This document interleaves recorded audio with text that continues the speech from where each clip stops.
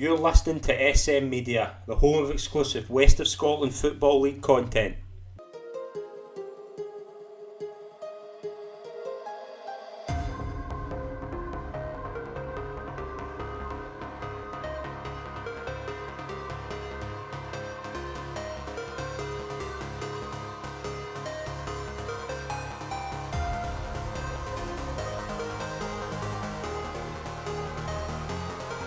Hi folks, and welcome to the latest episode of the SM Media West of Scotland Football Show. I'm Scott McPike. It's an absolute pleasure to be your host as always.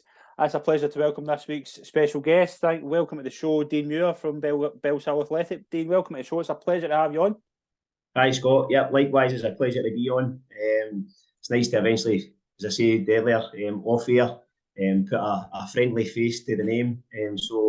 Fair day at Bellshill, obviously we appreciate the time that you're willing to give us as well, and hopefully it helps promote the club and gives people a wee sort of flavoury, what's been happening around about Bellshill Athletic in the last wee while. Yeah, absolutely. Yes, thanks very much for those kind words as well. It's been a bit of a strange season. I'm sure you'll agree. Obviously, there's been a managerial change. The club's in a bit of a kind of difficult time the past 18 months. I'm sure you'll agree. There's been a lot. We could probably spend the whole podcast talking about that, but I know kind of the simple version of it. A lot of things have been kind of changing. Again, it's just been obviously tough for yourselves that you've been in since the summer. What's it been like? How you found it since you've been in? A bit of a whirlwind, if I'm going to be honest with you, Scott.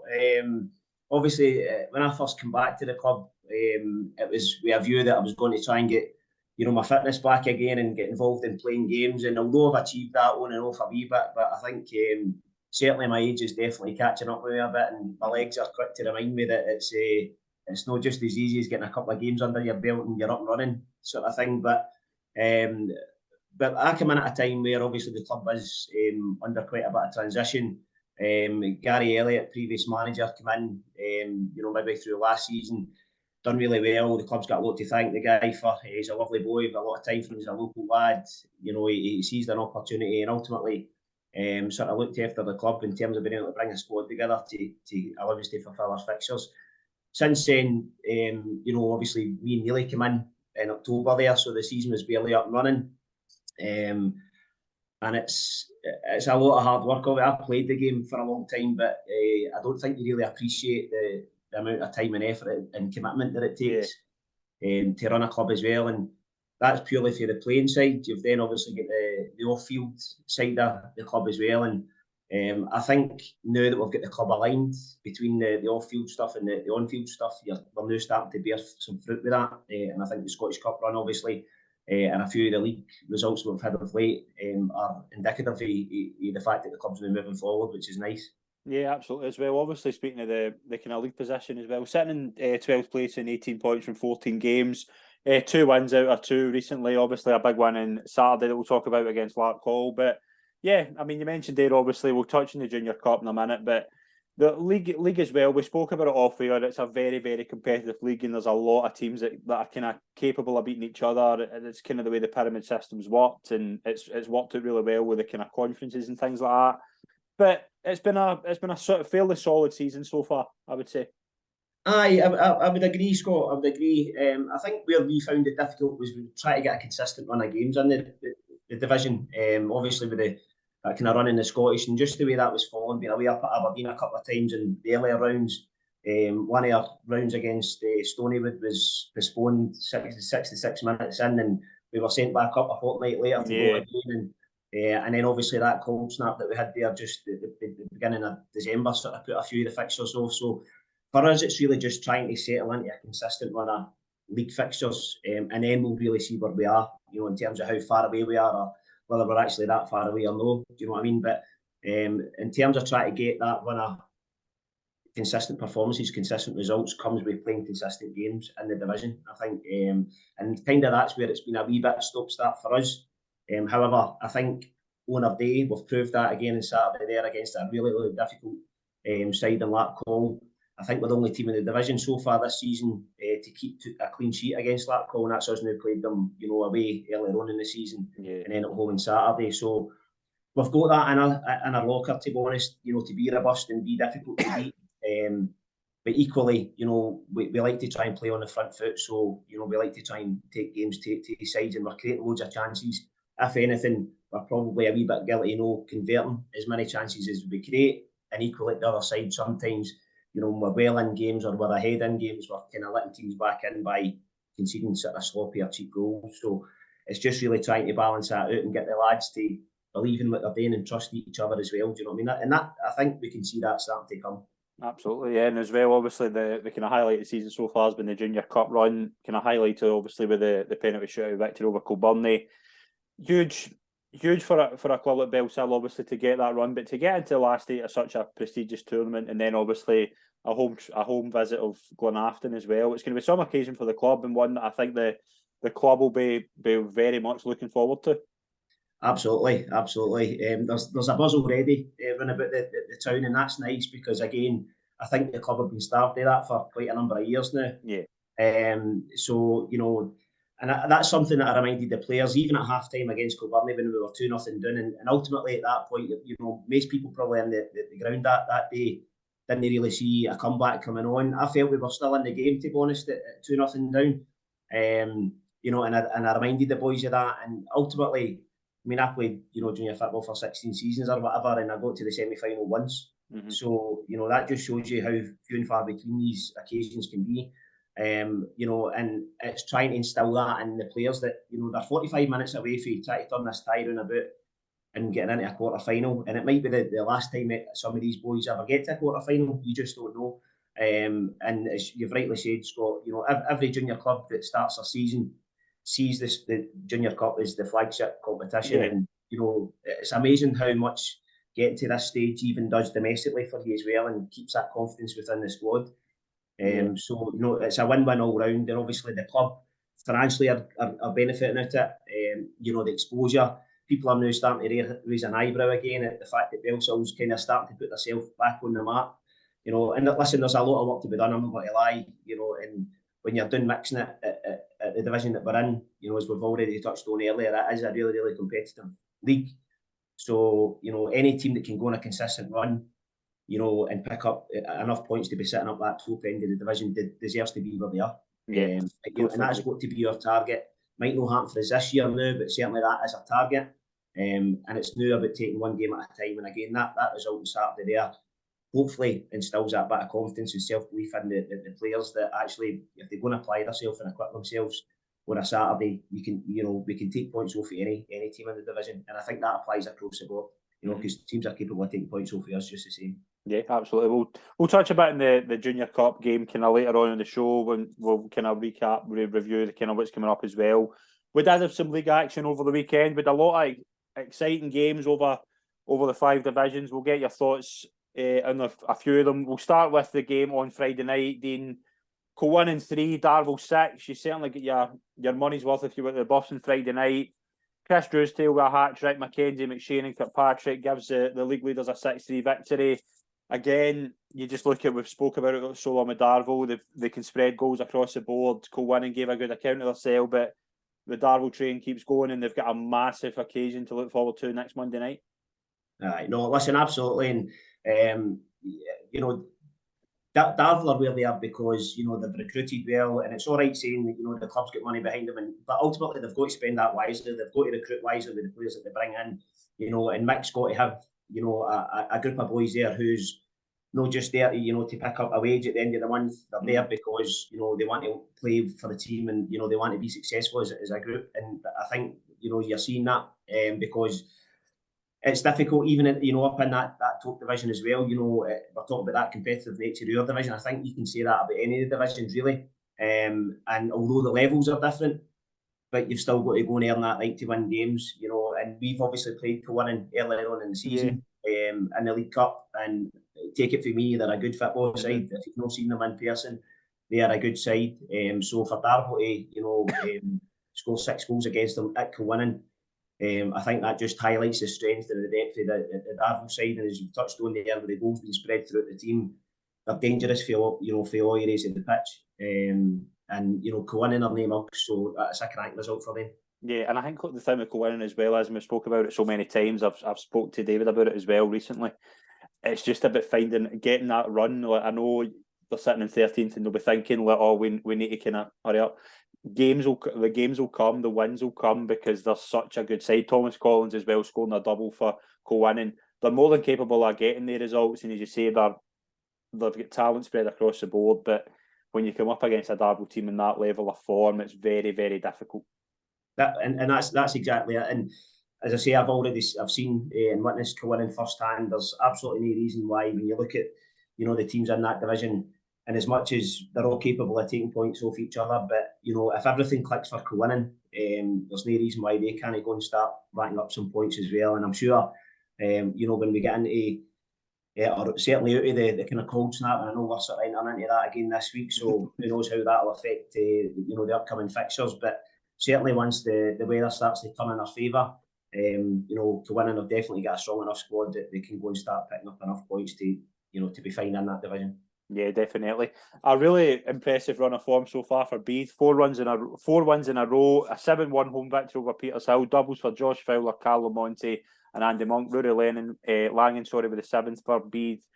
Straney was asked the other day if he's sided in a title run, a title challenge.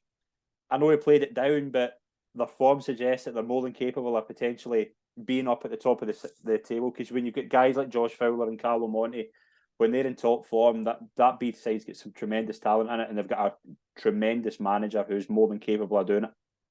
And exactly, Scott, and Straney's obviously proved that before at his previous clubs. That he's more than capable of, leading a kind of title charge with a strong squad that he's got, to be honest. And as you've touched on there, with Carlo Monte, I mean, I've been out the game until I got back involved there at close season for about 6 seasons, and Monty was in the score sheet more often than he wasn't just before I hung up the boot. So Carlo definitely knows where the back of the net is, and that was a cracking signing for them. And again, when you see that type of result, scoring 7 in that top division against anybody, can't be sniffed at. So all credit to Beith and all credit to Straney, because they'll be a tough nut to crack, to be honest. And you know what it's like. It's about building momentum, and Beith clearly have got that in their favour now. So as much as you'll be modest if you put that question to him, I'm sure there'll be a sort of quiet confidence that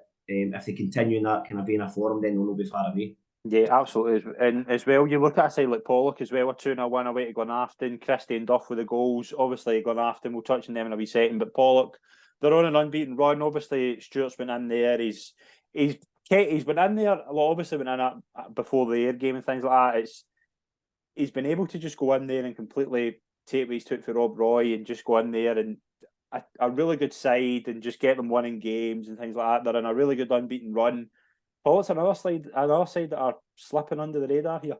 Yeah, no, absolutely. And again, I know Maxie Weir, I played with him at Rob Roy, back in the day, and you could always see, even as a player, you could see that he had that sort of leadership qualities that he's been able to go and sort of instill in his management career. And what I did like about Maxie's appointment was within a fortnight, 10 days to a fortnight, it was starting to make some changes to the squad. So obviously knows what he likes, he knows the style that he likes, he knows the type of players that he likes to work with.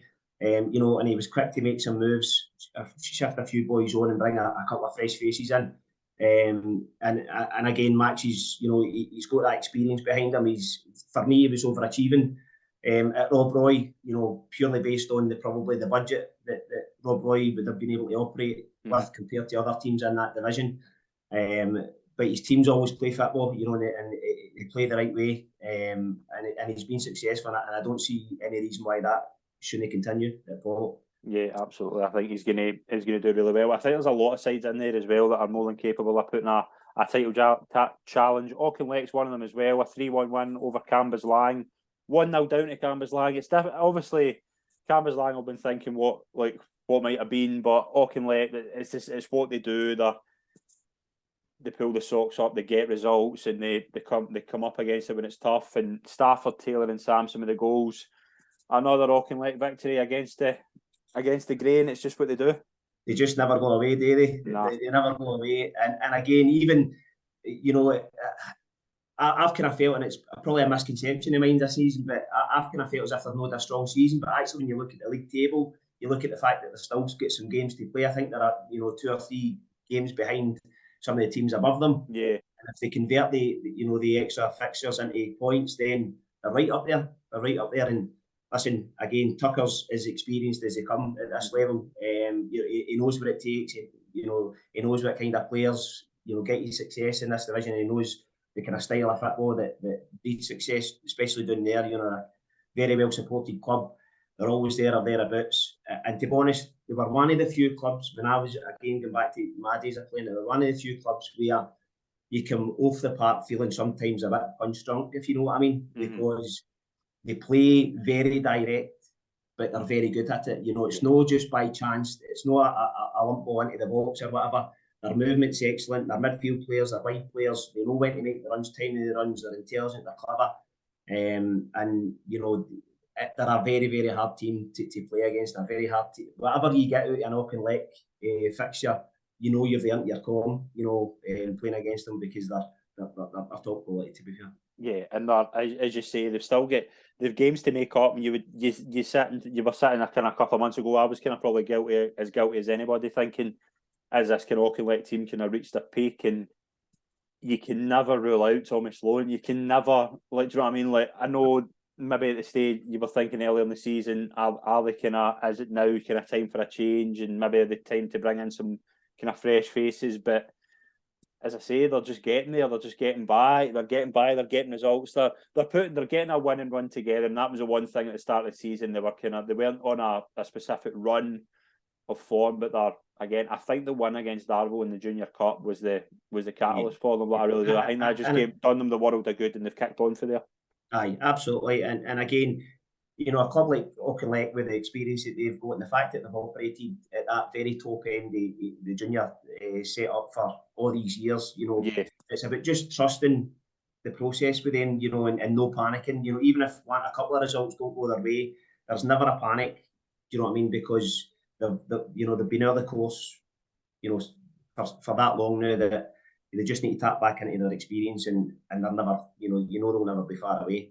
Yeah, definitely. Next game, Cumnock 0, Hurlford 0. I think a lot of people, including me, would have been thinking if there was going to be a draw this weekend, it would have been there. Two very even sides. I don't think anybody was surprised that this finished a draw. No, and I wasn't either, to be honest. So I'm certainly part of that majority. When I looked at that, no, I wasn't surprised. Again, as you said, it's just basically two teams evening each other out, really. Yeah.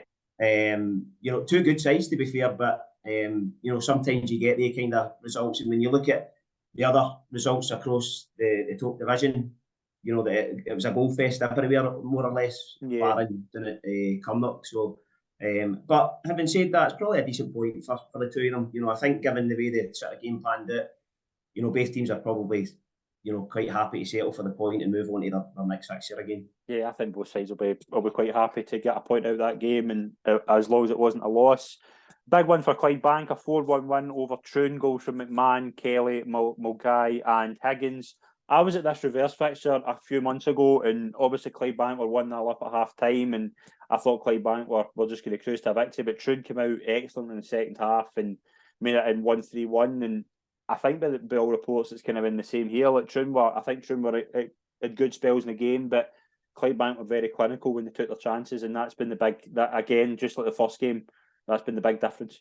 Aye, and again, I think that's quite a kind of pertinent point. Is if you're ruthless, in front of goal, then sometimes, although the scoreline might suggest something different, but a lot of the teams are very evenly matched. They've got quality all through the sides, and it's really just about who makes the least mistakes in their back three, back four, whatever they set up, and who's clinical, at the top end of the pitch. And I think that's where Clydebank have come out obviously on top at the weekend. They've converted a few of their chances, and for spells where Troon would have been still very much in the game, but the scoreline suggests a bit of comfortable afternoon. But I think on the evidence of the game, it probably was anything but that. Yeah, but it's another game for Clydebank as well. I mean, for the start of the season, they were maybe a team similar to Auchinleck. They were struggling to get a couple of run going. Clydebank are more than capable of being up there as well if they get a run going. They've won the last two. They've won 4 out of the last 6. I mean, they're they're a side that if they can get a run together, they've got the talent there to get really kind of up towards the top of the table. Aye, absolutely. Gordon Moffat's doing a cracking job there. You know, and again, he's assembled a strong squad. And it is about trying to build that momentum. You know, the quicker you can get a couple of league fixtures back to back, is particularly if you can turn them into wins. It's amazing what that does for your kind of momentum and the confidence going into your next game. Do you know what I mean? And that's a cracking result for them, because they should be looking to kick on for that result. Because again, Troon aren't any mugs either. Let's be honest. And the fact that they keep themselves in the game, and for Clydebank to go and put 4 past Troon should give them enough confidence now to kick on, and that should be the message for going to the players is, look, we need to use this as a springboard to now go and see if we can build a bit of a run, and get some wins behind us. Absolutely. We'll move into the first division. We'll start with, I think, probably the result of the weekend across the West in the entire 5 leagues, with St Cadoc's 1, Bonnet Thistle 2. Taylor Allen and Craig Patterson scoring the goals for the visitors in a massive victory. St Cadoc's winning run comes to an end, and Bonnet, again, another team, they're getting results. You would again, a lot of people write them off at the start of the season. To go to St Cadoc's and win 2-1, that is a massive result for the club. Aye, absolutely massive. And again, it's probably a result that's raised quite a few eyebrows, because given the run and how strong St Cadoc's has been so far in that league, I don't think there would have been many folk, expected Bonnet to go there and turn an hour. So, full credit to them. And again, it just shows you, though, we keep talking about this competitive nature of the division and stuff like that. So, as much as teams can go on a kind of healthy run, there's Bonnet turn up on Saturday, and St Cadoc's get probably, I wouldn't say a fright, but they probably went into that full brimming with confidence, and it's a bit of, don't get me wrong, sometimes these results are good, Scott, because it's a reminder that it doesn't matter how well you're doing or how consistent your run of results have been for you, that if you don't apply yourself right, or if you're low on top of your game, then most teams in that division are capable of going anywhere and picking up points. So, it's sometimes you need that wee kind of jag, that wee reminder that you need to keep your levels, right up there. Oh, without a doubt, a massive result for Bonnet as well. Big result as well. Gartcairn are obviously levelling points now with St Cadoc's at the top of the table, a 4-3 win against Whitlets. They had to work for it. The Whitlets were 2-1 up. I think that'll be a sore one for Whitlets as well, but we'll touch on that in a wee second. Jordan Love with a double, and new signings, Darren Bowie and Danny Burns for Gartcairn. Again, Gartcairn, they've took advantage of the defeat for St Cadoc's, and again, a very tough victory, but they got there in the end. And again, that sometimes that's what it takes. You just got to try and win games by whatever means. And obviously they'll be disappointed conceding 3 at home. But when you're up that top end of the division, it's always about trying to look at the positives as much as you can, because that's what's going to fuel the next result for you. And it's the kind of perfect storm at the weekend for Gartcairn. Getting themselves over the line with scoring again 4 at home, albeit conceding 3, but that brings them that wee bit closer to St Cadoc's, and should give them a wee bit of a lift moving into the upcoming fixtures as well. Do you know what I mean? Yeah, I think the signings of Darren Bowie and Danny Burns are massive as well. Obviously, Danny went to Stirling. It didn't really work out for him. He was brilliant for shots last season. He was probably as good as anybody in the league in terms of scoring goals. I think I think Gartcairn have won a watch there with they 2 players as well. But a sore one for Whitlets. They're obviously in the middle of a difficult run. Again, you score 3 goals away from home against second place in the league. 9 times out of 10, you walk away with 3 points, or at the very least 1. To lose the game, it's going to be a sore one. Aye, and listen, it's the complete opposite. Where Gartcairn will be, taking the positives out of that, and as much as they'll be disappointed conceding 3 goals, but they'll take the positives. They've got the 3 points on the board that brings them level with St Cadoc's at the top end of the league. Yeah. Whitlets on the other hand, it's a sore one. It kind of knocks the stuffing out them a wee bit, and sometimes you end up getting that feeling of whether they need to win games. And the reality is for them, they've scored 3 away. For him, it's probably one of the hardest away fixtures that they'll have all season. So it's looking at where they're conceding. It's trying to keep things tight at the back. And I mean, I never seen the goals, to be fair, Scott. So I don't know if any of them were individual errors or they were just, collectively could have done better. I'm not sure. But I'm pretty sure that they'll be back on the training pitch through the week, try to rectify that. And certainly for me, if it was me, I would be trying to encourage the boys, to keep playing aggressive, play on the front foot. You've showed that you're capable of going and scoring goals against the best sides in the division. How do we keep the ball at the other side? You know what I mean? If you become hard to beat and robust and you're not giving away too many chances, then that's your platform to go and then try and win some games and get some points on the board. Yeah, definitely. And they've got chances as well. Obviously, they're sitting with 4 points after 11 games. They've got 5 games to play against WOSFL, who are the next position in the league. So do you know what I mean? They're going to have opportunities, and they'll take a lot of confidence from that as well, scoring 3 goals. I think obviously as well, I spoke about this a couple of weeks ago, losing the Kerr brothers to Irvine Meadows are going to be a huge blow as well. They're going to have to get some players in to obviously replace them because they're 2 big losses. And I think they will. I think Gordon and Ian they've got a lot of contacts. They can get some players in, and I do think Whitlets will get there. I think there's a lot of progress being made at the club. I do think they will get there, but I think they want to get results on the board quickly. Drumchapel are sitting 3rd in the league, 3-1 home victory over Thornwood United, Templeton Green and Coleman with the goals. Obviously, it's going to be a massive occasion for Drumchapel this weekend. We'll touch on that at the end. But a 3-1 win at home in the league, and they're sitting 3rd. They'll be happy. They'll be very happy. Listen, a win's a win no matter how you get it. But Drumchapel again, they're obviously showing that they're a strong side, and amongst the teams in that division. To be sitting 3rd top now, they'll be happy with their kind of season's efforts so far, and I'm sure they'll be looking to keep on the kind of tails of St Cadox and Gartcairn. Obviously, Thornwood have had a bit of a kind of sticky patch. Yeah. They're finding things a wee bit difficult in that division. They just need to roll the sleeves up and keep battling away and try and keep the squad as in high spirits as they can, because it can be a bit like it can be a bit deflating when you're putting a lot into games and really not getting any rewards for it. But sometimes you've just got to dust yourself back down again and sort of hit the reset button, and you can't change what's happened in the fixtures before. So how do we go and try and convert the next fixture into a positive one and hopefully 3 points? And Thornwood, are down there obviously with Rosevale and Whitlets, and listen, it's got to be a scrap. It's got to be a scrap for the teams doing that bottom end of the division. Sometimes resources can play a part. You've obviously spoken about Whitlets losing a couple of boys to the Meda, the Kerr brothers. And it's how do you recruit to replace the quality that you've maybe lost? And sometimes you can, sometimes you can't. It really depends on availability of players. How well can you kind of sell the club and the position the club's in? It's obviously precarious for them, so it's maybe a wee bit of a harder sell for them. But I think coaching wise, management team wise, I know we Doles at Thornwood really well. And he's a positive lad. He's a great coach. He knows the game well. He knows that level really well.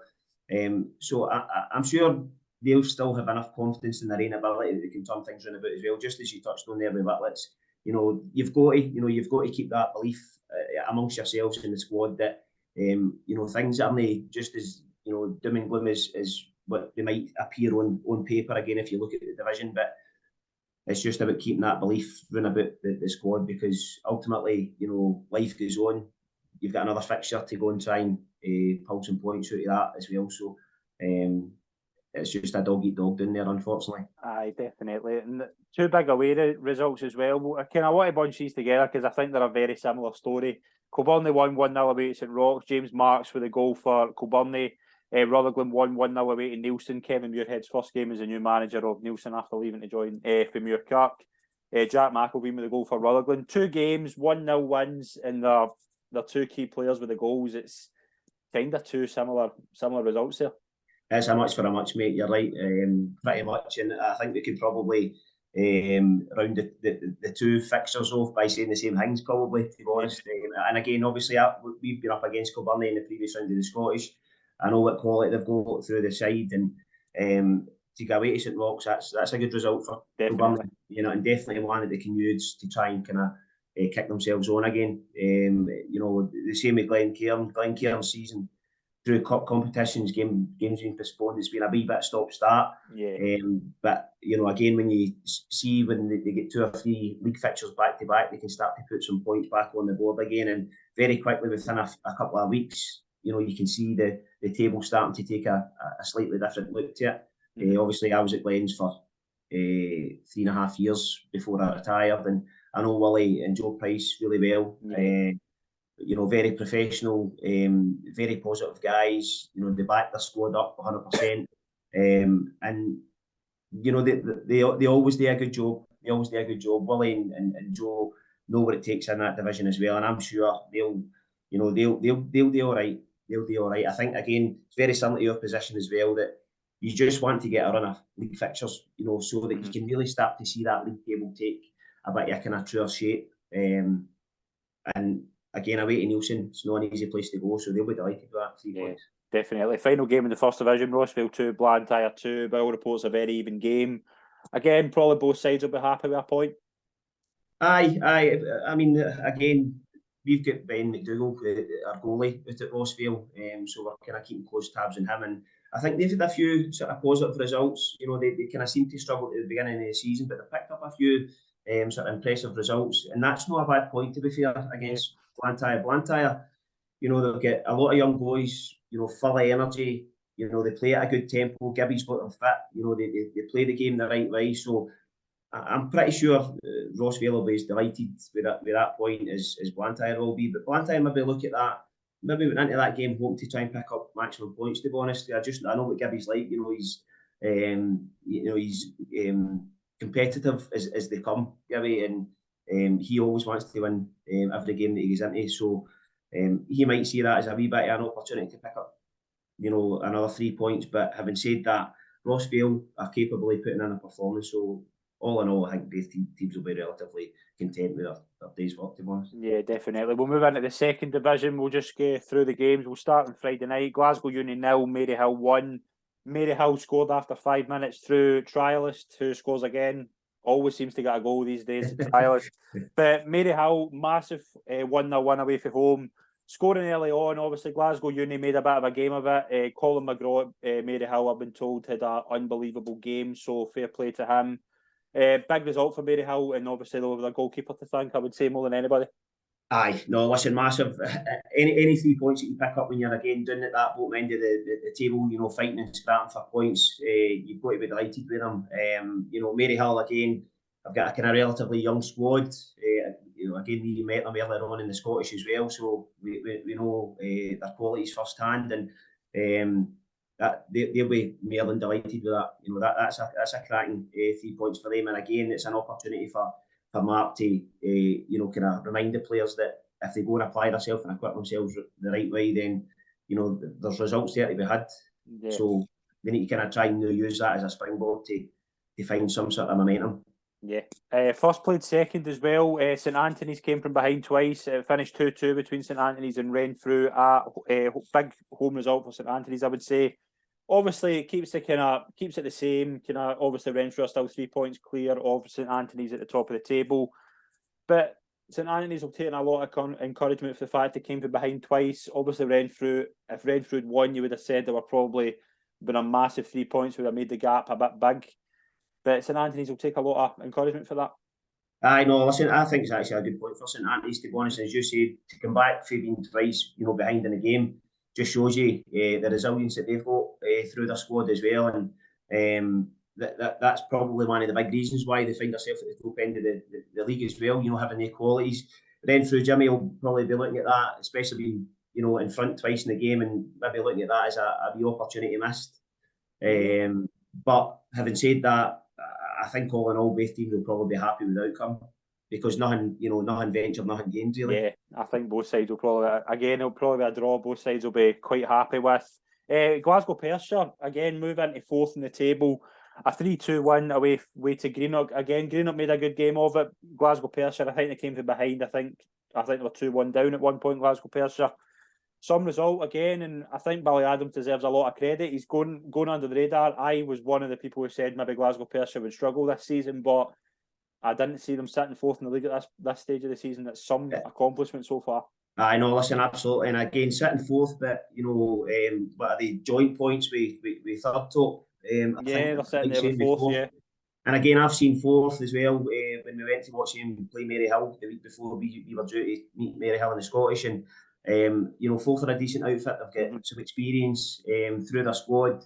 So for Glasgow Percy to be up there, in the mix really. At this point in the season, if if Billy if you gave that option to Billy at the start of the season, I think he'd be delighted to I think it be would be. sitting, in the middle of January, still running about things, definitely. Yeah, some result for Glasgow Percy as well. I think Greenock will take a lot of encouragement as well. They've been a team kind of struggling to get some wins on the board, and I know they've lost a game, but they'll be kind of hoping they can go. We obviously Derek on at the start of the season. We were talking about this. They were in a good position then, and they've kind of fallen off a wee bit. But I think all it takes a couple of wins, and they could be back in a good position. But we'll move into Muirkirk as well. Big 4-2 victory for them as well. Obviously losing their manager last week. Nathan Bogle's taking over there as caretaker. 4-2 win over Glasgow United, but what the impressive thing is, Glasgow United were 2-0 up. Yeah, aye, and again, it just shows you that they've obviously got plenty of belief amongst their squad. It doesn't matter if you go behind in the game. They believe that they've got enough quality, to go and turn that round about. And again, to score 4 goals, whether you're at home or away, you've got to be happy with that. And it's one of the sort of results come the end of the game where your kick are looking at that, and as much as they'll be disappointed maybe going 2 behind, and they'll be looking to learn a wee couple of lessons for that, because it's no every fixture you're afforded opportunity to come back into a game like that. But again, they'll be looking at that and thinking, you know what, if we keep applying ourselves the same way that we are, then we're not going to be far away, as we're capable of going on that kind of consistent run of games as well. And as you say, it's not always easy when you lose a manager and you're trying to, you're having to bring somebody else in new and freshen things up. And there's a wee bit of transition normally takes place first, but that's a great result for them, and it kind of just keeps the ship steady the now while the new manager comes in and sort of brings his own ideas and stuff like that in as well. So, no, fair play to them, credit. Yeah, absolutely. Craig Mark 2, Yoker Mill, Connolly and Tam with the goals. Again, Craig Mark, they're sitting obviously 5th in the league. Big win, obviously they had a difficult 2 losses in a row, but they've won the last 2. Again, they're a side that they're more than capable of being up there when they get a run on the board. Aye, and listen, Ryan Caddis will have them playing some decent football. Yeah. He's a good coach. He's got plenty of experience, and he's got some good players down there. So we keep kind of almost saying the same things here, but they lose a couple, then they've now won 2 in the bounce. So it's really just a case of trying to find that sort of consistent level performance-wise, and sort of turning the performances into consistent results, really. Yeah, we'll go through the 3rd division. Obviously, we'll start with Bellshill, a 1-0 victory at home to Larkhall. Another big win, obviously. It's been quite an impressive run Bellshill been on the past few weeks. Mark Hale with a goal. So Larkhall side that have been doing really well as well, so it's a big 3 points. Listen, I'm no surprised, Scott, because as I say, we went up to the Gasworks right at the start of the season. I think it was our second game in the division, and drew nothing each with them up there. And there was nothing in it, very tight affair. Larkhall are kind of an honest bunch. They're hard working. They've got some experience through that squad as well, and they're a good side. And it's no any surprise that they're sitting up the top end of the division, to be honest. When you see some of the results that they've had and the consistent run of results that they've had as well, I'm not remotely surprised. And as I touched on earlier, I think we're the only side in the division so far that's not conceded against Larkhall. They know where the goal is. And that's obviously credit to your boys as well. But listen, Saturday the conditions were horrific for, and obviously that was across the board, and it was just one of the games. First half we were playing into the wind, second half we're playing with the wind at our back. They probably had the upper hand in the first half overall, went in nothing each at half time. We had the wind at back second half, and they were able to take the game to them a wee bit more second half. Listen, it was one of the results where we were just wanting to grind it out, and I said that to the players before the game. You've got to go and win your battles first and foremost. Because it's not going to be pretty. Unfortunately, conditions are not going to allow for that. But you've just got to go and try and find a way winning the game. And it's a massive 3 points for us, because, as we've touched on earlier as well, we're trying to get to a stage where we are picking up consistent wins really, and we're actually in a bit of a testing period for us when you look at the fixtures. Obviously, we came out of the Saltcoats result and get to beat them 2-0 and picked up 3 points, and that wasn't an easy affair either. Let me tell you, not each at half time, and we had to grind that one out as well. Saturday was obviously our biggest test, probably in the last few weeks domestically. And we're obviously away to Villa Clyde this Saturday and then back at home to Lesmahago. So we've got a few big weeks coming up in the run into the Scottish, and we need to focus. And it's about now when you see the way some teams are picking up points and some other teams are dropping points. Obviously, Ross and dropping points at the Ryan. We'll touch on that in a second Friday night. But that's it. It's the nature of this division, Scott. Teams are dropping points all over the place, and we just need to try and find that kind of consistent run, really. And as much as this is a big couple of weeks for us, there's no reason why if we don't apply ourselves the way we did on Saturday there that we can't, pick up some more points along as we go along. Do you know what I mean? Yeah, absolutely. Brilliant result. You obviously mentioned there on Friday night, Ardrossan 1, Dalry 2. I think conditions were really, really poor here. I think it was a Friday night under the lights. It was very, very wild, but that's a huge result for Dalry. Obviously, Ardrossan have been really, really impressive this season. Dalry, I think they've been another team. I think we've said this all night, like a team that have just been struggling to get a run on the board, but to go to the league leaders and win 2-1, it's a massive, massive 3 points again. Massive. And obviously, Ardrossan seem to be picking up, they seem to be the team with the most momentum behind them, getting it obviously before Friday. So probably a surprise result for a lot of people, but again, it's a reminder of the kind of competitive nature of this division, and really, genuinely, everybody's capable of taking points off everybody else. It's Ardrossan's consistent run has been, really impressive, and I think for that reason alone, that it was probably a surprise result for a lot of people. But Dalry are a decent side. They beat us right at the very start of the season. They're a decent side. They've got some quality, and they're very direct, Dalry, and they obviously sort of took the game to Ardrossan on Friday night.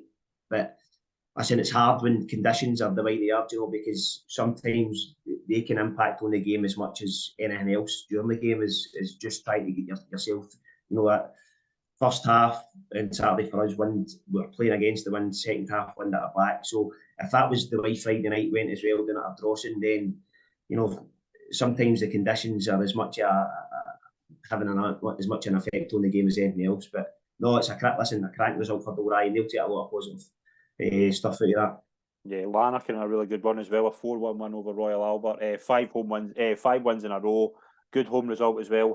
Allen, Lang, Hamilton and Watt with the goals, and they're only a point behind Ardrossan. They have 2 games in hand. It's been a good week for Lanark. Aye, no, listen, absolutely. And Si's doing a cracking job up there at Lanark as well. We were up there just before Christmas, and they beat us 2-1. And again, no very much in the size, but they've got some quality and they've got the players that can hurt you. But credit to Si, they've found a kind of level of consistency. And they're as good a side as any other side in this division, to be honest. And when you look at the teams that's up there, with Larkhall and Ardrossan and Villa Clyde and stuff like that, it's a much for a much. It's a much for a much. There's very, very little between the teams. Yeah, absolutely. Irvine Vax a 5-0 win at home to Girvan. East Kilbride Thistle 5-1 away to Saltcoats. So that's 2 big results for them as well. Savarese with a hat-trick for Irvine Vax. And East Kilbride Thistle again, I think a lot of people's fancy at the start of the season. They've obviously got a squad stacked with talent. And again, 2 sides with 2 big victories. Aye, absolutely. We've not played East Kilbride yet, Scott, so I've not even had a chance to have a look at them, to be honest. But a 5-1 victory away from home, and we played Saltcoats last Saturday, at their place, and again they're dogged, they're a stuffy side, they work hard for each other, they make life difficult for you, so that's a cracking result for East Kilbride. Obviously the Irvine Vix one, they're strong, Scott, they're strong, and got a lot of good players, yeah. Very, very direct. Obviously Savarese knows where the goal is as well, so he got a hat-trick. I'm no surprised at that. But against a Girvan side, we were down at Girvan and Hogmanay and drew 3 each with them. To be honest, we conceded a really, really late goal. I got into injury time and it felt like a defeat, to be honest, when we went down there and drew 3 each. But to to win 5-0 is a convincing result, to be honest. And Irvine Vix will definitely be up thereabouts come the end of the season. Yeah, and your next two opponents, obviously, with away victories. Well, Les Mahego 1-2-0 away to Finnart, Woodlock and McStay with the goals, and Vale of Clyde again back to winning ways with a 1-0 victory away to Port Glasgow. Two sides of Vale of Clyde sitting third in the league, Les Mahego sitting fifth. Again, they're two sides as well that they're more than capable of being up there at the end of the season. Aye. And again, we seem to be saying, very similar things for a lot of the sides up there. But you're right. We've not seen or been up against Vale of Clyde this season so far, so it'll be a good test for us as well come Saturday. We'll go into that way confidence, but that they've put plenty of points on the board, and they'll be more than content with their efforts so far in the season. Obviously, I know Dale Wilson well, Collins in there at the Vale as well, good coach. Knows what he's doing. He's got the players playing some decent football, and obviously at this time of year, tough conditions, but to go away to Port Glasgow and win, no matter whether it's a convincing win or no, to go away for a side like Port Glasgow and pick up all 3 points, they'll be delighted with that. So I'm looking forward to Saturday because it'll be another test for my players as well. It'll be a slightly different test to that call. Obviously, we're away from home as well, but I'm looking forward to it. It'll be an interesting tie. Yeah, absolutely. Well, fourth division, 3 games to talk about. Kilsyth, 14 wins out of 14, a 1-0 win away to Glenville. Very tough going, but the sounds of it, a big result for Bailey's side again. They just keep going. West Park obviously sitting second. They're still 6 points behind, but 5-0 home win against Harmony Row. And Threave, Connor Potts with a hat-trick for Threave and a 4-0 win at home to St Peters. Again, the top 3, they're winning games, and they're looking like it's going to be very hard to see past them at the top. And to be honest, I'm kind of struggling to see past Kilsyth myself. I heard a lot of good things about that Kilsyth side, and that's no surprise to me that they're sort of dominating that division so far. Obviously, West Park are kind of keeping on their tails to an extent. I think they've got a game in hand over them. Was that right? Aye, so that kind of brings them to 3 points off Kilsyth, but. When you kind of see for the sort of top 3 down, there's a wee bit of a gap starting to open up there, and sort of Kilsyth are obviously leading that pack, and I would fully expect them, if they don't win it, they'll certainly be right up there. But I expect them probably, they seem to be the strongest side, and they're kind of showing that way. They're consistent run of wins and stuff like that. So if I was a betting man, I'd probably be putting some safe money out that Kilsyth will still be right up there at the coming end of the season. Yeah, I think you're absolutely right. I think Kilsyth again, 14 wins out of 14 is unbelievable as well. They're really competitive league when you've got West Park, Threave obviously came with a big reputation and again a young coach in Bailey Hanlon, who we speak about all the time, to do that at such a young age and have a team 14 wins out of 14. He's it's some job he's doing. Aye, and again, we've not really, obviously there's only a couple of fixtures in that division at the weekend there, but that'll be a competitive division as well. You know what I mean? And there'll be maybe half a dozen to 8 sides in there that are capable of taking points off each other.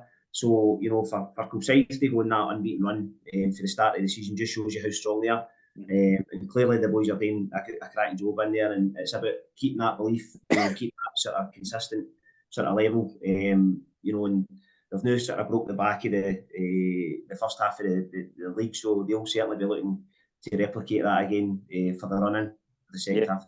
Absolutely. It's absolutely. But it's been a very eventful weekend in the west of Scotland. Obviously, you're away to Vale of Clyde on Saturday. 11th of February, home at Glenafton, the quarter-finals. Again, Glenafton, storied history with the Junior Cup. Big occasion for the club, and we can only wish you all the very best. And again, it's going to be some occasion for the club. No, thanks, Scott. Obviously, I'll be reminding the players as we kind of get nearer. We've got a couple of league fixtures to take care of first and foremost, but obviously, behind the scenes, the club are working hard to try and get some infrastructure in place so that we can sort of make the occasion as good as we possibly can, and sort of capitalise on the fact that I think this is the first time since 1974 that the club's been at the quarter-final stage of the Scottish, and I don't think they've ever went any further. So you're allowed to dream, Scotty. Yeah, definitely. And listen, it's all credit to really everybody connected to the club, to be honest, including the squad, because ultimately when you put the boys across the line, they've got to go and deliver. And we've had a tough first kind of part of the Scottish run, get up to Aberdeen a couple of times. And regardless of the levels that the clubs operate at up there, they're never easy. You've still got to go up there and earn that right to win the game. So the boys have done that, and credit to them. I remember being up at Colony Park when we were 3-0 down with about 18 minutes to go, believe it or not, and come back and win 4-3 in the first round. So, that kind of set us up nicely. But listen, it's a romance, the players have got to be a sponge, because they might never get this opportunity again, and that's what we keep reminding them. Neil and I, as much as we're enjoying it, we're obviously trying to keep the players' feet firmly on the ground. And when the time comes and when the time's right, don't worry about it, Scott. We will start to look forward to the proper build up to that fixture. Glenafton, as you've touched on, they're a giant. They're a junior giant. Let's be honest. And it'll be the hardest test that our players are probably going to come up against this season so far. Hopefully, it's not the last hard test, but listen, we'll go into it. We've got nothing to lose and everything to gain. You know what I mean? So we'll be sending the boys out there that day, trying to instill a bit of belief in them. Go and get your best shot. Don't let the occasion pass you by. Don't get caught up in the occasion. Enjoy it. Be a sponge to it all. But above all else, go and put on a performance. You know what I mean? Go and leave everything out on the park. And if you come back in after 90 minutes, regardless of the result, and you've gave it everything that you possibly could, then you'll have a happy co-management team. That's for sure. Absolutely. We're wishing you all the best with it, Dean. It's been an absolute pleasure to have you on the show. Thank you very much. No, I appreciate that, Scott, and thanks for having us, mate. Brilliant. Thank you very much. Thanks. Cheers. Thanks very much to everyone that's tuned in. Please follow us on social media for consistent West of Scotland football coverage. Just one wee thing as well, obviously, with Drumchapel and Darvel being in the Scottish Cup. We will have a wee bonus episode on Friday with the Scottish Football Show Extra. We will be chatting to the Drumchapel manager, Adam Hopes, about the game ahead. It's going to be a big occasion for the club, and obviously it's a wee bonus episode. We're going to preview all the Scottish Cup games over for the weekend ahead. Thanks very much, everyone. We'll see you soon. Cheers.